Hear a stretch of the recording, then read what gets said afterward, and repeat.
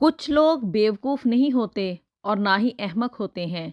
بلکہ وہ پستائیت کے ایسے گھڑوں میں دھسے ہوئے ہوتے ہیں اور ایسے ایسے کارنامے سر انجام دیتے ہیں کہ ان کے کارناموں سے شیطان بھی پناہ مانگتا ہوگا۔ آج آپ کے ساتھ یوکے میں آنے والے ایک ایسے پاکستانی جوڑے کی کہانی میں شیئر کرنے جا رہی ہوں، جو کہ یہاں پہ آ کے ایک ایسے چکر میں پھنس گئے کہ پیسے اور مفادات کی خاطر اپنے دین اور ایمان سے بھی ہاتھ دھونا پڑا۔ بسم اللہ الرحمن الرحیم۔ السلام علیکم ایوری ون۔ ایک نئے دن اور ایک نئے ولاگ کا آغاز کرنے جا رہے ہیں، اور جی آج کی اس ویڈیو میں جو بات آپ لوگوں کے ساتھ شیئر کرنے جا رہی ہوں، یہ یہاں پہ ہونے والا ایک ایسا ریئل انسیڈنٹ ہے، اور اس کے بارے میں بات کرنا نا بہت زیادہ ضروری تھا، اور اس ویڈیو کو نا آپ لوگوں نے زیادہ سے زیادہ شیئر کرنا ہے تاکہ یہ جو ایشو ہے نا وہ زیادہ سے زیادہ پاکستانیوں تک اور مسلمانوں تک پہنچ سکے۔ یہ اس لیے نہیں آپ نے کرنا کہ بھی اس سے مطلب میرا کوئی فائدہ ہوگا، بلکہ یہ اس لیے آپ نے کرنا ہے کہ یہ ایک کار خیر ہے، اور جتنی زیادہ یہ اویئرنیس ہم لوگوں تک پہنچائیں گے نا تو اتنا ہی زیادہ مطلب مسلمانوں کا نا بھلا ہوگا، اور لوگ اپنے دین اور ایمان کے اوپر قائم رہیں گے۔ یہ ایک بہت ہی سینسٹیو ایشو ہے، اور اس کے اوپر بات کرنا اور لوگوں کو اویئرنیس دینا اس لیے بھی زیادہ ضروری ہے کہ بہت سارے پاکستانی جو ہے نا وہ یہاں پہ یوکے میں، یورپین کنٹریز میں آتے ہیں، اور نہ صرف پاکستان سے آنے والے نئے نئے جو امیگرینٹس ہیں ان کے لیے یہ بات بہت زیادہ جاننا ضروری ہے، بلکہ یہاں پہ یوکے میں رہنے والے